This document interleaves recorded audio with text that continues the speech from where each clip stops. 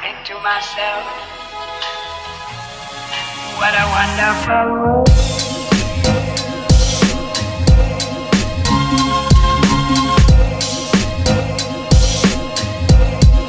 What a wonderful world.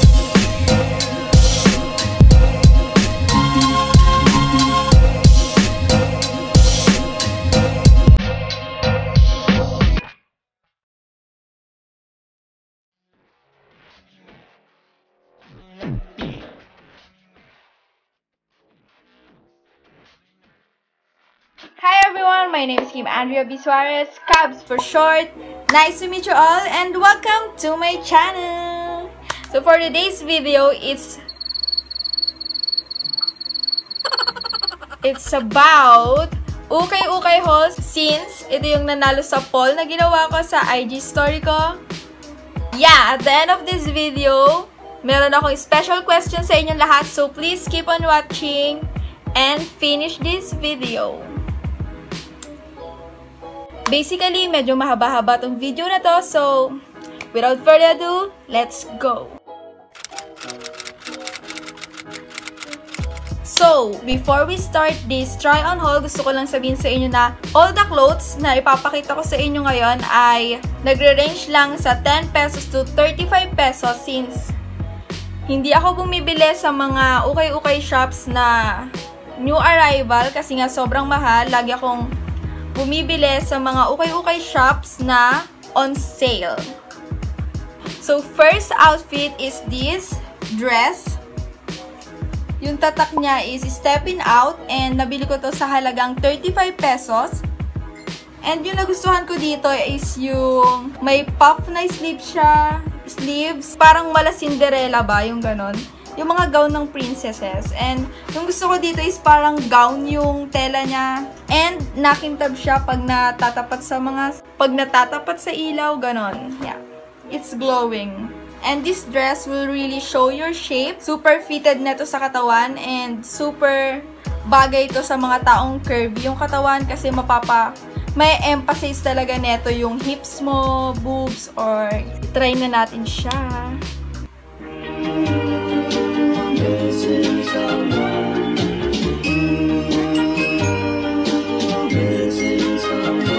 Missing someone.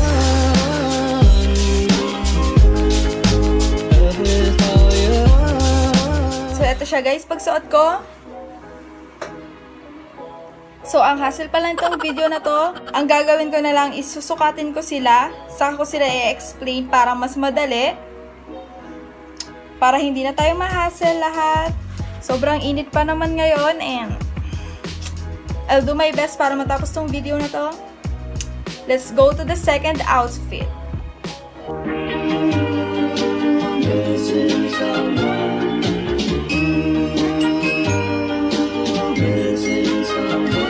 Missing someone. With all your So, second outfit is this one. So, yung nagustuhan ko dito sa damit na to is yung sleeves niya and gusto ko rin yung pagiging crop top niya because kasi gusto ko yung mga damit na crop top or kaya sand. And yung pinaka gusto ko dito, kahit hindi siya branded, yung presyo niya is 10 pesos lang. Kaya sobrang sulit niya. And usually, pinapartner ko siya dito sa aking jeans na nabili ko rin sa ukay-ukay. Alam ko marami nang nakakita sa inyo na suot ko to and maglalagay na lang ako ng picture na suot ko to kasi ang hirap niyang isuot kasi tumaba rin ako ngayong quarantine. Mahirapan ako suotin to. Alam ko marami na sa inyong nakakita ng suot ko tong top na to kasi sinuot ko to sa aking may everyday makeup look. Kaya kung hindi mo pa yung napapanood, panoorin mo na. We're done sa outfit 2. Let's go to outfit 3.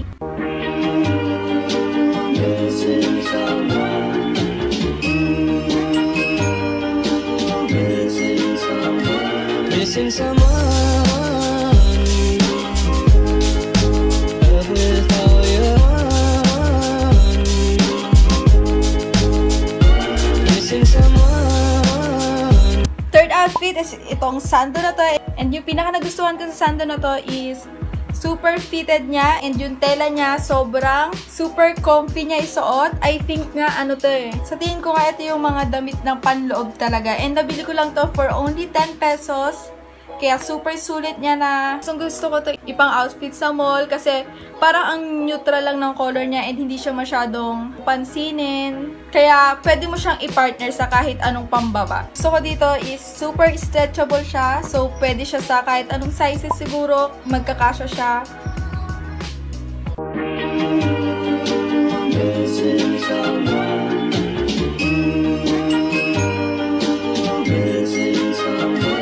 Missing someone, love without you.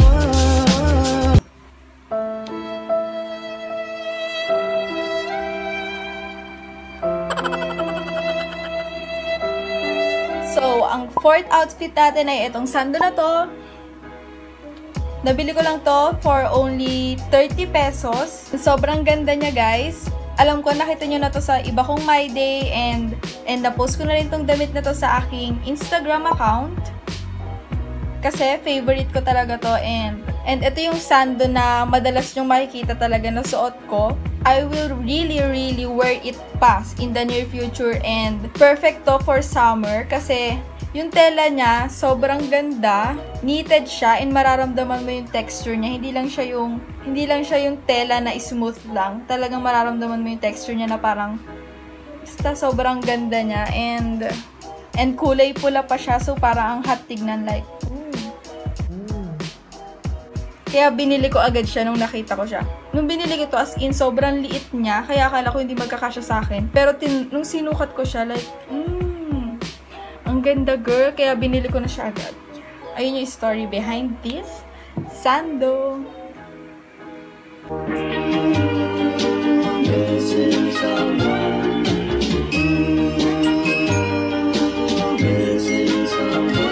Missing someone,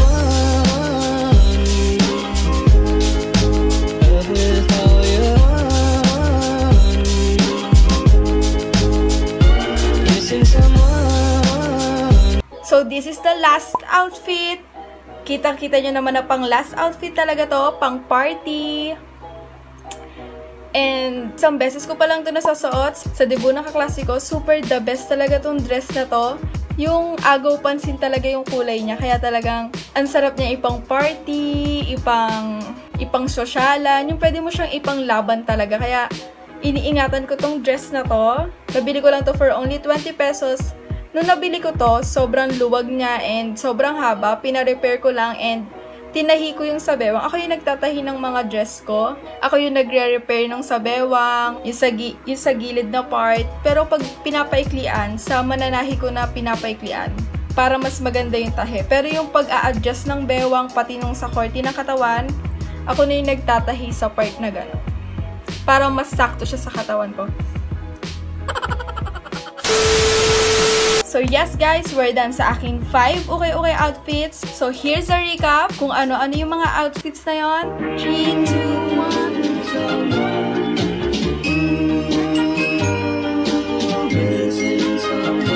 1. Missing someone, love without you. Missing someone.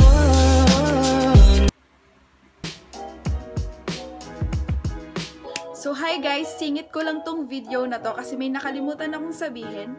Gusto ko lang sabihin na clothes have no sizes, kaya kung gusto mong suotin yung damit na yan, suotin mo na. Walang damit na para sa mapayat lang, walang damit na para sa malaman lang. So I really encourage everyone to wear the clothes that you wanna wear and don't let the standards of the society stop you. Kaya I'm really sorry kasi pumangit yung pag-e-edit ko ng video kasi nakalimutan ko to sabihin kagabi. Gusto ko din i-include yung mga shops na binibilan ko nitong mga ukay-ukay clothes ko, which are located malapit sa Walter Mart Dasmariñas. Maraming ukay-ukay doon and halos lahat yun pinupuntahan ko.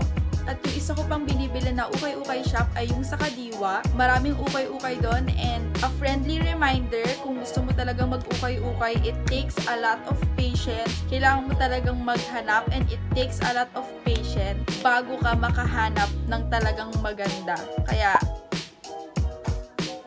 so yun lang guys, let's proceed to the video.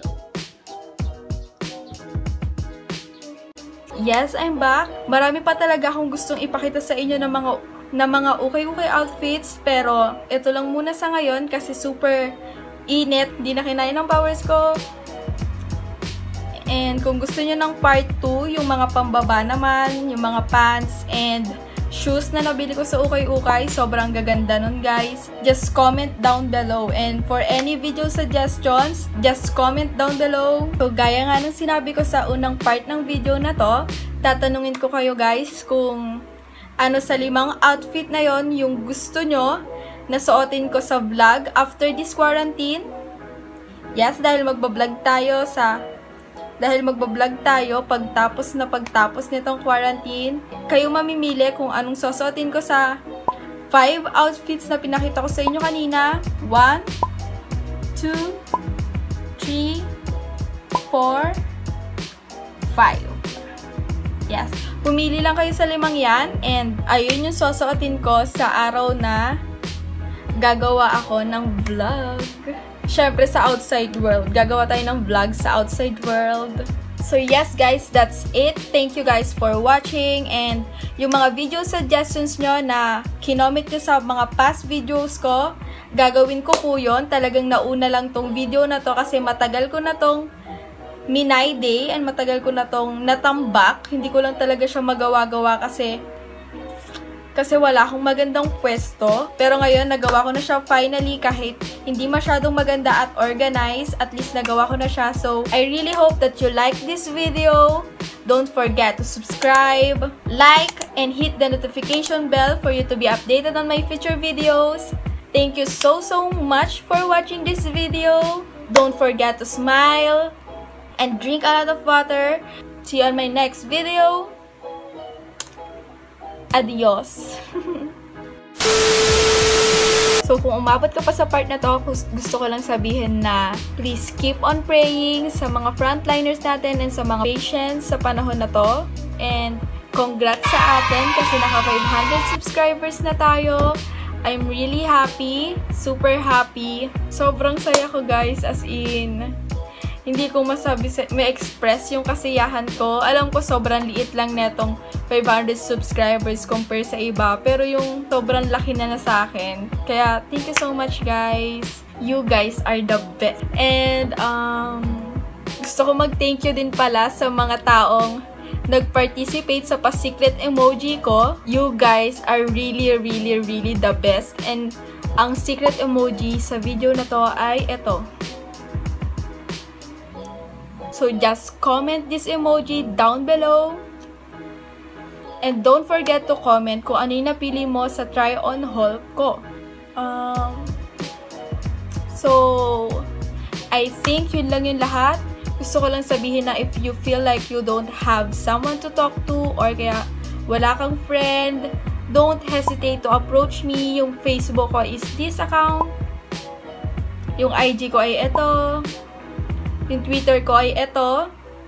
You can DM, you can private message me on this account. Yes, just please don't forget that you are not alone and sobrang haba na nitong pagkukwento ko sa inyo. That's all. Bye-bye.